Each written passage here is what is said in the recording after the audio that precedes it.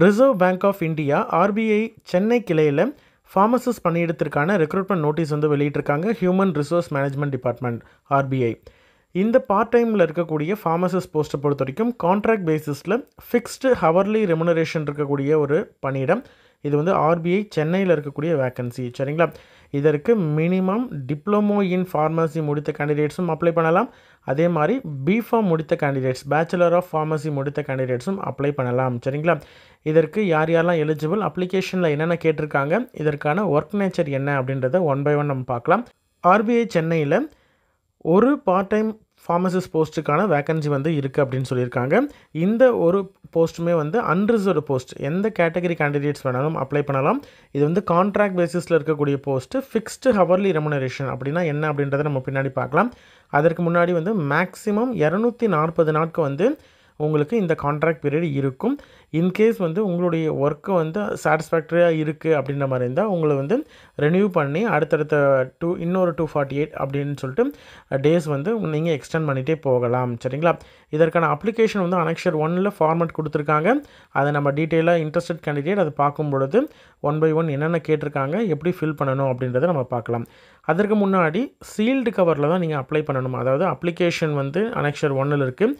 அந்த அப்ளிகேஷனை வந்து ஃபில் பண்ணணும். ஃபில் பண்ணிவிட்டு உங்களுடைய ப்ரொஃபஷ்னல், அகடமிக், அதே மாதிரி குவாலிஃபிகேஷன், ரிமைனிங் குவாலிஃபிகேஷன் ஏதாவது இருக்குது, எக்ஸ்பீரியன்ஸ் இருக்குது, கேஸ்ட் சர்டிஃபிகேட், ஏஜுக்கான ப்ரூஃப், இந்த மாதிரியான என்னென்ன சர்டிஃபிகேட்ஸ் இருக்கோ அது எல்லாத்தையும் ஜெராக்ஸ் காப்பி எடுத்து அந்த அப்ளிகேஷன், இந்த ஜெராக்ஸ் காப்பி இது எல்லாத்தையும் எடுத்து நீங்கள் ஒரு கவரில் போட்டு அந்த கவர் மேலே வந்து application for the post of part time pharmacist on contract basis with fixed hourly remuneration அப்படின்னு சொல்லிட்டு அந்த கவர் மேலே எழுதியிருக்கணும். எழுதிட்டு டூ அட்ரஸ் வந்து regional director, human resource management department, recruitment section, reserve bank of India, number 16, Rajaji Salai, Fort classes, Chennai 6,01,000 அப்படின்ற இந்த அட்ரஸ்க்கு வந்து நீங்கள் அனுப்பணும். சரிங்களா? இது வந்து ஜூலை 26, 2024க்குள்ளே நீங்கள் வந்து அங்கே 5:30 மணிக்குள்ளே அங்கே ரீச் ஆகிற மாதிரி பார்த்துக்கோங்க. அதற்காக நீங்கள் எவ்வளோ சீக்கிரம் அப்ளை பண்ணக்கூடிய கேண்டிடேட்ஸ் வந்தால் எவ்வளோ சீக்கிரம் அப்ளை பண்ணுறீங்களோ அப்ளை பண்ணுங்கள். சரிங்களா? உங்களோட தெரிஞ்ச ஃப்ரெண்ட்ஸ் சர்க்கிளில் யாராவது பிஃபார்ம் அல்லது டிஃபார்ம் முடிச்சிருக்காங்க அப்படின்ற மாதிரி இருந்தால் அவங்களுக்கு இந்த வீடியோவை ஷேர் பண்ணுங்கள். கண்டிப்பாக அவங்களுக்கு யூஸ்ஃபுல்லாக இருக்கும். சரிங்களா? ஏன்னா இது மாதிரியான ரெப்யூட்டட் பேங்க்கில் வந்து எப்பயாவது தான் வந்து வேக்கன்சி வரும். அந்த மாதிரி இருக்கக்கூடிய வேக்கன்சிக்கு எந்த விதமான எக்ஸாமும் இல்லை. உங்களுடைய ப்ரீவியஸ் எக்ஸ்பீரியன்ஸும், நீங்கள் எங்கே படிச்சிருக்கிறீங்க, எவ்வளோ மதிப்பெண்லாம் எடுத்திருக்கீங்க அப்படின்றத பேஸ் பண்ணி உங்களுக்கு வந்து செலெக்ஷன் இருக்கும். இந்த மாதிரியான செலக்டட் போஸ்ட்லாம் லிமிட்டடான கேண்டிடேட்ஸ் தான் பார்ட்டிசிபேட் பண்ணுவாங்க. அதனால் நீங்கள் தைரியமாக நீங்கள் வந்து அப்ளை பண்ணலாம். சரிங்களா? இன்ட்ரெஸ்டட் கேண்டிடேட்ஸ் வந்து இந்த ஃபுல் அட்வர்டைஸ்மெண்ட்டை நீங்கள் ரீட் அவுட் பண்ணிவிட்டு அதுக்கப்புறமேட்டு உங்களுக்கு ஓகே அப்படின்ற மாதிரி இருந்தால் அப்ளை பண்ணணும் அப்படின்னு சொல்லியிருக்காங்க. மோஸ்ட்லி முக்கியமான பாயிண்ட்ஸ் எல்லாத்தையுமே நான் வந்து டிஸ்கஸ் பண்ணிடுறேன் இந்த வீடியோவில். கோரிஞ்செண்டம் அப்படின்னா என்னென்னா, ஏதாவது அடிஷ்னல் டீட்டெயில்ஸோ இல்லை வந்து வேக்கன்சி இன்க்ரீஸ் பண்ணுறதோ இல்லை கம்மி பண்ணுறது, இந்த மாதிரி ஏதாவது இந்த நோட்டிஃபிகேஷனில் சேஞ்சஸ் இருக்குது அப்படின்ற மாதிரி இருந்தால் அது எல்லாமே வந்து RBI.org.in அப்படின்ற அதிகாரப்பூர்வ ஆர்பிஐயோடைய அஃபிஷியல் வெப்சைட்டில் தான் வந்து போடுவாங்க.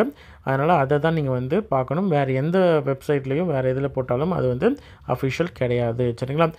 இதில் வந்து உங்களுடைய டாக்குமெண்ட்ஸ் ஏதாவது நீங்கள் தேவையான டாக்குமெண்ட்ஸ், அதாவது இப்போ நீங்கள் வந்து பிஃபார்ம் அல்லது டிஃபார்ம் முடிச்சிருக்கீங்க, ப்ரிஸ்கிரைப்டு குவாலிஃபிகேஷனோடைய சர்டிஃபிகேட் ஜெராக்ஸ் நீங்கள் வைக்கலை, மார்க் ஷீட் வைக்கலை அப்படின்ற மாதிரி இருந்தால் ரிஜெக்ட் பண்ணிடுவாங்க. அதனால் ப்ராப்பராக வந்து சர்டிஃபிகேட்ஸ் எல்லாமே நீங்கள் வைக்கிறீங்களா அப்படின்றத செக் பண்ணிக்கோங்க.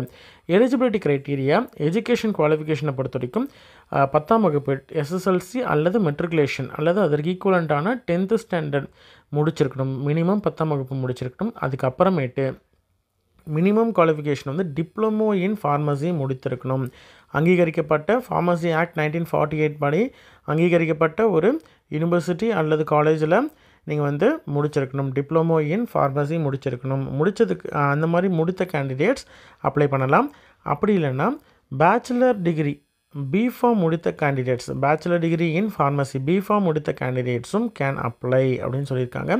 அதாவது டிஃபார்ம் முடித்த கேண்டிடேட்ஸும் அப்ளை பண்ணலாம், பிஃபார்ம் முடித்த கேண்டிடேட்ஸும் அப்ளை பண்ணலாம். ஓகேங்களா? அதே மாதிரி எக்ஸ்பீரியன்ஸை பொறுத்த வரைக்கும் என்னென்ன கண்டிஷன் கொடுத்துருக்காங்க அப்படின்னு பார்த்தீங்கன்னா, ஸ்டேட் ஃபார்மசி கவுன்சில், அதாவது தமிழ்நாடு ஃபார்மசி கவுன்சில், தமிழ்நாடு கேண்டிடேட்டாக இருந்தால் தமிழ்நாடு ஃபார்மசி கவுன்சில் முக்கியமாக வந்து அந்தந்த ஸ்டேட் ஃபார்மசி கவுன்சிலில் பதிவு பண்ணியிருக்கணும். சரிங்களா, கண்டிப்பாக பண்ணியிருக்கணும்.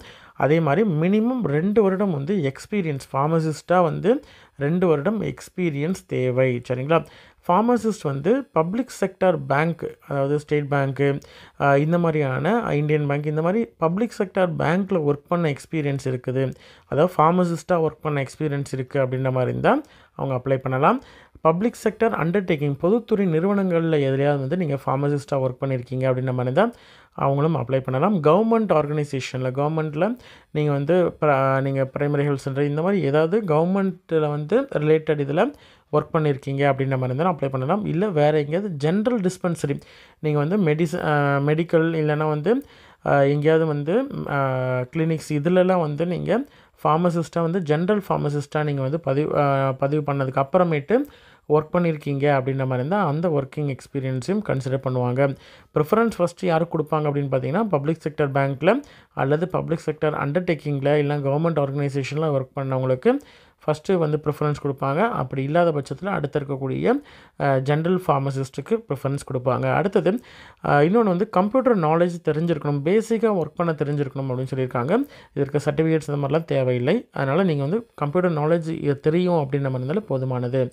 இதற்கான சேலரி என்ன, சேலரின்னு சொல்கிறத விட ரெமுனரேஷன், நீங்கள் இத்தனை மணி நேரம் ஒர்க் பண்ணிங்கன்னா அதற்கான 1 மணி நேரத்துக்கு இவ்வளவு அப்படின்னு சொல்லிட்டு சார்ஜஸ் பண்ணுவாங்க. அதுதான் ரெமுனரேஷன் சொல்லுவாங்க. இந்த ஃபார்மசிஸ்ட் போஸ்ட்டை பொறுத்த வரைக்கும் பெய்டு வந்து ஃபிக்ஸ்டு ரெமுனரேஷன் தான் கொடுப்பாங்க. 1 மணி நேரத்துக்கு 400 ரூபாய் உங்களுக்கு. சரிங்களா, மேக்ஸிமம் ஒரு நாளைக்கு வந்து அதாவது 5 மணி நேரம் வந்து உங்களுக்கு ஜாப் வந்து இருக்கும். சரிங்களா, மேக்ஸிமம் உங்களுக்கு வந்து 5 மணி நேரம் வந்து உங்களுக்கு ஒரு நாளைக்கு இருக்கும். 1 மணி நேரத்துக்கு 400 ரூபாய் அப்படின்னு பார்த்தீங்கன்னா உங்களுக்கு மேக்ஸிமம் ஒரு நாளைக்கு 2000 ரூபாய் அப்படின்ற மாதிரி உங்களுக்கு வந்து சேலரி இருக்கும். சரிங்களா, இது வந்து உங்களுக்கு சேலரி, அதாவது ரெமுனரேஷன் மட்டும்தான். இது மட்டும் இல்லாமல் அலவன்சஸோ இல்லை வேறு ஏதாவது வந்து இன்க்ரீஸ் பண்ணுவாங்க, இன்க்ரிமெண்ட்ஸ் இந்த மாதிரி எதுவும் கிடையாது. இதுதான் உங்களுக்கு ஸ்டாண்டர்டாக இருக்கக்கூடிய இந்த ஜாபுக்கான சேலரி ரெமுனரேஷன். சரிங்களா, அதாவது 1 மணி நேரம் நீங்கள் ஒர்க் பண்ணீங்க அப்படின்ற மாதிரி இருந்தால் 400 ரூபாய், 5 மணி நேரம் மேக்ஸிமம் ஒரு நாளைக்கு இருக்கும் ஜாபு, 2000 ரூபாய் வந்து உங்களுக்கு ஒரு நாளைக்கு உங்களுக்கு கிடைக்கும். இது மட்டும் இல்லாமல் உங்களுக்கு கவர்மெண்ட்டில், அதாவது பேங்க்கு என்னைக்கெல்லாம் லீவ்ஸ் இருக்கோ அந்த லீவ்ஸ் எல்லாமே உங்களுக்கு வந்து லீவு விட்டுருவாங்க. அதே மாதிரி பேங்க் ஹாலிடேஸ் அந்த மாதிரி வர்றது, பப்ளிக் ஹாலிடேஸ் இந்த மாதிரி வர்றது எல்லாமே உங்களுக்கு வந்து லீவ் வந்துடும். அந்த நாட்கள்லாம் நீங்கள் வந்து ஒர்க் பண்ண தேவையில்ல. அந்த நாளில் வந்து உங்களுக்கு சேலரி கவுண்டபிள் வராது. சரிங்களா, மேக்ஸிமம் வந்து 240 நாளைக்கு வந்து உங்களுக்கு அட்டஸ்டேஜ் வந்து உங்களுக்கு ஜாப் இருக்கும். சரிங்களா, மேக்ஸிமம் பீரியட் வந்து 240, பியூர்லி வந்து கான்ட்ராக்ட் பேசிஸ் அப்படின்றதையும் சொல்லியிருக்காங்க. இன்கேஸ் உங்களுடைய பெர்ஃபார்மன்ஸ் பிடிச்சிருக்குது, நீங்கள் நல்லா பெர்ஃபார்ம் பண்ணிகிட்ருக்கீங்க, அவங்களுக்கு ஓகே அப்படின்ற மாதிரி இருந்தால் எக்ஸ்டெண்ட் பண்ணுவாங்க, ரெனியூ பண்ணுவாங்க அப்படின்னு சொல்லியிருக்காங்க. அதே மாதிரி இது வந்து இந்த பேங்க்கு வந்து எந்த இடத்துல டிஸ்பென்சரி இருக்குது, அதாவது பேங்க்கில் வந்து ஒர்க் பண்ணக்கூடியவர்களுக்கு பேங்க்கில் வந்து பேங்க் ரிலேட்டட் ஸ்டாஃப்ஸ் இருக்காங்க இல்லையா, அவங்களுக்கான டிஸ்பென்சரி தான் இது. அதனால் அந்த டிஸ்பென்சரியில் வந்து எந்த இடத்துல இருக்குதோ அந்த இடத்துல தான் நீங்கள் வந்து மேக்ஸிமம் வித்தின் சென்னையில் தான் உங்களுக்கு வந்து இதற்கான ஜாபு இருக்கும். சரிங்களா, ஆர்பிஐ சென்னையில் தான் இந்த ஜாப் இருக்குது. சரிங்களா, இது ஃபார்மசிஸ்ட் போஸ்ட்டை பொறுத்த வரைக்கும் 1 அல்லது மோர் தென் 1 டிஸ்பென்சரிக்கு வந்து பேங்க்கோடைய டிஸ்பென்சரியில் நீங்கள் வந்து ஒர்க் பண்ணுற மாதிரி இருக்கும். அதே மாதிரி பேங்க்கு தான் டிசைட் பண்ணுவாங்க எந்த இடத்துல இருக்கக்கூடிய டிஸ்பென்சரி வந்து உங்களுக்கு ஜாப் அப்படின்றத வந்து அவங்க தான் டிசைட் பண்ணுவாங்க. அது பேஸ் பண்ணி தான் உங்களுக்கு வந்து ஆர்டர்ஸ்லாம் கொடுப்பாங்க. சரிங்களா, அதாவது எந்த இடத்துல நீங்கள் வந்து போஸ்டிங் அப்படின்றது அவங்க தான் கொடுப்பாங்க. சரிங்களா, அதே மாதிரி இது வந்து டெம்ப்ரவரி, பெர்மனண்ட் இந்த மாதிரி பேங்க் சர்வீசஸில் நீங்கள் வந்து எந்த விதமான ரைட்ஸும் கிளைம் பண்ண முடியாது. இது வந்து ஃபுல் அண்ட் ஃபுல் கான்ட்ராக்ட் பேசிஸில் இருக்கக்கூடிய ஒரு பணியிடம். சரிங்களா, அதே மாதிரி ரெகுலர் எம்ப்ளாய்மெண்ட் நீங்கள் கேட்க முடியாது. இன்கேஸ் வந்து ரெகுலர் எம்ப்ளாய்மெண்ட் வருது அப்படின்ற மாதிரி தான் உங்களுக்கு வந்து ப்ரிஃபரன்ஸ் கொடுப்பாங்க. இங்கே மட்டும் இல்லை, வேறு ஏதாவது பப்ளிக் செக்டர் அண்டர்டேக்கிங்காக இருந்தாலும் சரி, வேறு நீங்கள் ஹையர் இதுக்கு வந்து நீங்கள் அப்ளை பண்ணுறீங்க அப்படின்ற மாதிரி இருந்தால் இந்த எக்ஸ்பீரியன்ஸ் உங்களுக்கு ரொம்பவே வந்து யூஸ்ஃபுல்லாக இருக்கும். சரிங்களா, ஓகே. அதே மாதிரி உங்களுக்கு எந்த விதமான நோட்டீஸும் இல்லாமல் உங்களுக்கு ஸ்டாப் பண்ணணும் அப்படின்ற மாதிரி இருந்தாலும் சர்வீஸை ஸ்டாப் பண்ணலாம். அதே மாதிரி நீங்கள் பேங்க்கோடைய அஃபிஷியல் மேனேஜர்ஸ் இந்த மாதிரி இருக்காங்க இல்லையா, அவங்க வந்து அஃபிஷியல்ஸ் என்ன சொல்கிறாங்களோ அவங்களுடைய ஆர்டர்ஸ் அண்ட் டைரக்ஷன்ஸை வந்து நீங்கள் ஒபே பண்ணி ஃபாலோ பண்ணி அதுக்கேற்ற மாதிரி நடந்துக்கணும் அப்படின்றதையும் சொல்லியிருக்காங்க. அதே மாதிரி அவங்களுடைய கண்ட்ரோலில் தான் நீங்கள் வந்து வருவீங்க. அங்கே இருக்கக்கூடிய மேனேஜர்ஸ் கண்ட்ரோலில் தான் நீங்கள் வந்து வருவீங்க. சரிங்களா? அதே மாதிரி ஒர்க்கிங் ஹவர்ஸ் வந்து பேங்க்கோடைய டிஸ்பென்சரி வந்து சென்னையில் இருக்கு இல்லையா, அதில் ஒர்க்கிங் ஹவர்ஸில் நீங்கள் வந்து டிஸ்பென்ஸ் பண்ணுற மாதிரி இருக்கும். அதற்கு ஏற்ற மாதிரி தான் வந்து உங்களுக்கு வந்து எவ்வளோ மணி நேரம் நீங்கள் ஒர்க் பண்ணியிருக்கீங்க அப்படின்றத பொறுத்து உங்களுக்கு ரெமுனரேஷன் கொடுக்கப்படும். சரிங்களா? எப்படி செலெக்ஷன் இருக்கும் அப்படின்னு பார்த்தீங்கன்னா, முன்னாடியே சொன்ன மாதிரி தான் உங்களுடைய கல்வி தகுதி. நீங்கள் வந்து பிஜி முடிச்சிருக்கீங்களா, டிப்ளமோவா, டிகிரியா, என்ன முடிச்சிருக்கீங்களோ அதுக்கேற்ற மாதிரியும், இப்போ மினிமம் டிப்ளமோ முடிச்சுட்டு நீங்கள் வந்து பப்ளிக் செக்டர் பேங்க்லையோ இல்லை பப்ளிக் செக்டர் அண்டர்டேக்கிங் இல்லை கவர்மெண்ட் ரிலேட்டடில் ஒர்க் பண்ணியிருக்கீங்க, எக்ஸ்பீரியன்ஸ் இருக்குது அப்படின்ற மாதிரி இருந்தாலும் உங்களுக்கு கன்சிடர் பண்ணுவாங்க. சரிங்களா? டிப்ளமோ டிகிரி முடிச்சுட்டு அதுக்கப்புறம் நீங்கள் வந்து டிஸ்பென்சரியில் ஒர்க் பண்ணியிருக்கீங்க, எந்த காம்பினேஷனில் இருந்தாலும் சரி, உங்களுக்கு வந்து எத்தனை கேண்டிடேட்ஸ் அப்ளை பண்ணியிருக்காங்க, அவங்களில் வந்து எஜுகேஷன் குவாலிஃபிகேஷன் எக்ஸ்பீரியன்ஸ் அவங்க வந்து இந்த மாதிரியான எவ்வளோ பர்சன்டேஜ் எடுத்திருக்காங்க, எப்படி வந்து பெர்ஃபார்ம் பண்ணியிருக்காங்க உங்களுடைய அதே மாதிரி இன்டர்வியூவில் நீங்கள் பண்ணக்கூடிய பர்ஃபார்மன்ஸை பொறுத்து உங்களுக்கு வந்து செலக்ட் பண்ணுவாங்க. சரிங்களா? கேண்டிடேட்ஸ் வந்து ஷார்ட் லிஸ்ட் பண்ணுறது இன்டர்வியூ மூலியமாகத்தான், எந்த விதமான எக்ஸாமும் கிடையாது. மினிமம் எலிஜிபிலிட்டி ஸ்டாண்டர்ட் இருந்தாலே நீங்கள் வந்து அப்ளை பண்ணலாம். சரிங்களா? இன்டர்வியூக்கு எலிஜிபிள் தான். சரிங்களா?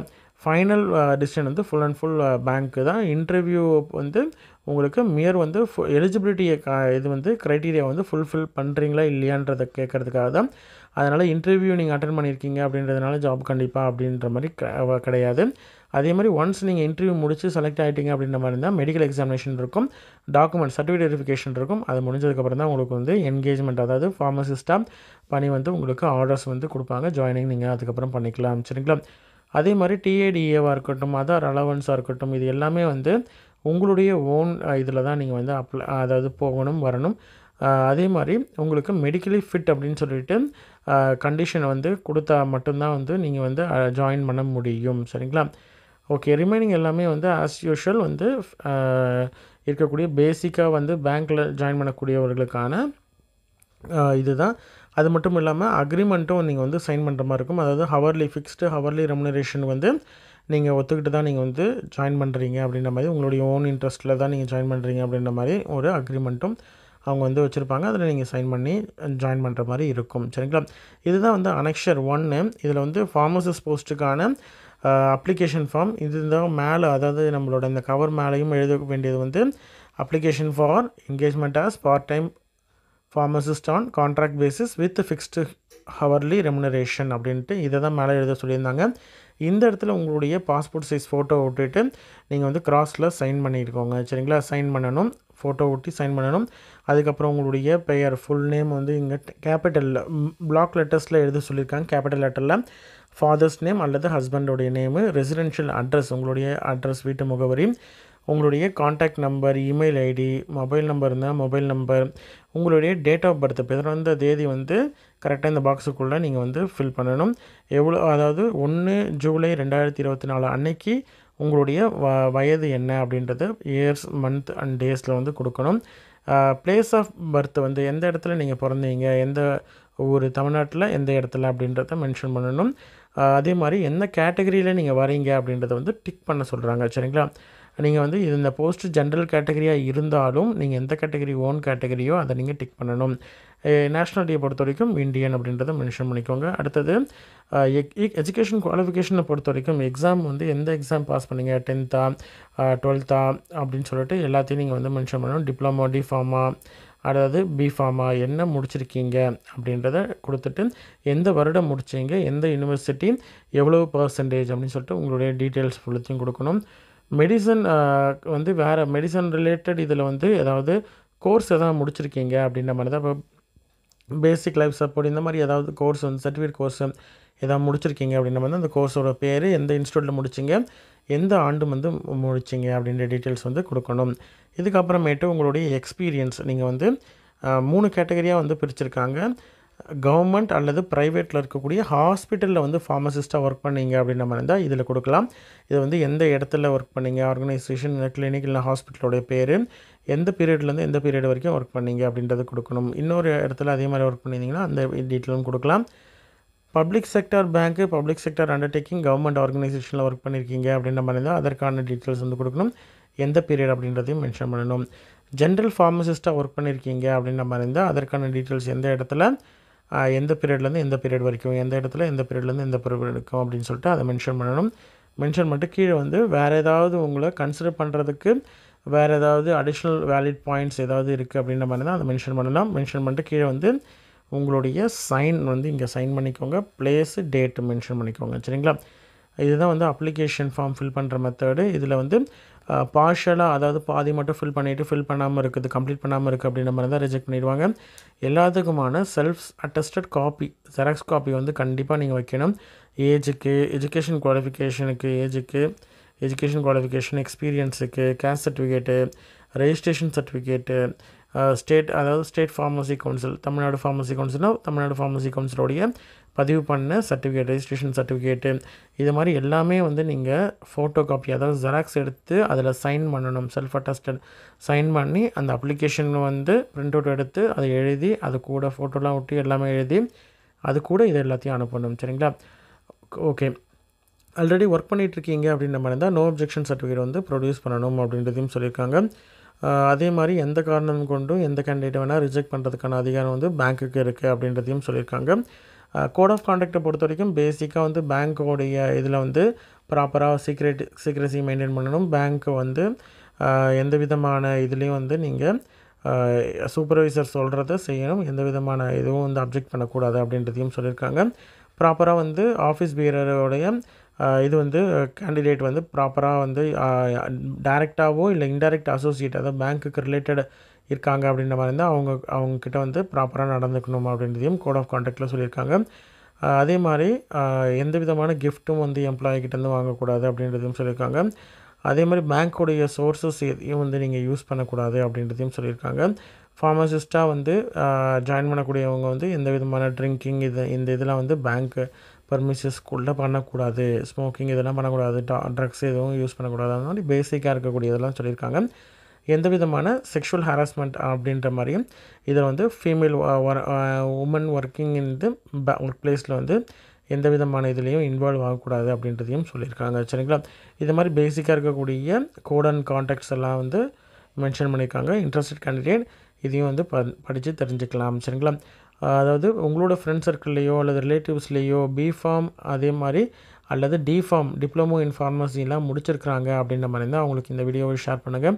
கண்டிப்பாக உங்களுக்கு யூஸ்ஃபுல்லாக இருக்கும். சரிங்களா? இந்த மாதிரி ஆர்பிஐலேருந்து நோட்டிஃபிகேஷன் வந்து வர்றதெல்லாம் ரொம்ப ரேரு. ஏன்னா இதெல்லாம் வந்து எப்போயாவது செலக்டடாக வரக்கூடிய போஸ்ட்டு, அதுவும் ஃபார்மசிஸ்ட் போஸ்ட்டு உங்களுக்கு ஒரு நாளைக்கு 2000 ரூபாய் அப்படின்ற மாதிரியும் சேலரி இருக்கக்கூடிய ரெமுனரேஷன் இருக்கக்கூடிய ஒரு பணியிடம் அப்படின்றத ஞாபகம் வச்சுக்கோங்க.